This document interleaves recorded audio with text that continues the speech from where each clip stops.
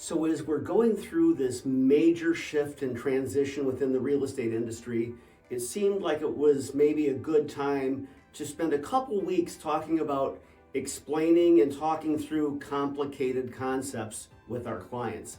I feel like so many times that's where we oftentimes go sideways, is trying to under-explain or over-explain the topic at hand. And one place I want to really start at is making sure that they can process the information that you're about to give them. In other words, I'm not saying talk down, but make sure that you are at a level of understanding where the information that you're about to convey is being conveyed to them in a way and at a level that they understand. Obviously, somebody that's buying their third, fourth, or fifth house is at a different place than is someone that's buying their first house. So making sure that first of all you have that baseline so that everyone is sort of communicating on the same wavelength is so very important. Making sure that you guard yourself on trade jargon. I know our real estate space is famous for having so many acronyms and so many pieces of trade jargon.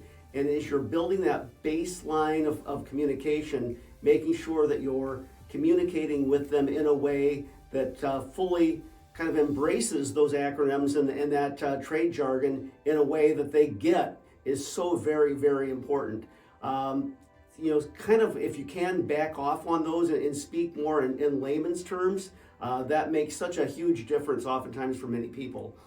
Second point, building that foundation. Elon Musk is a really interesting guy. Obviously, most of us know him from SpaceX and Tesla and X. He's also done a lot with solar energy.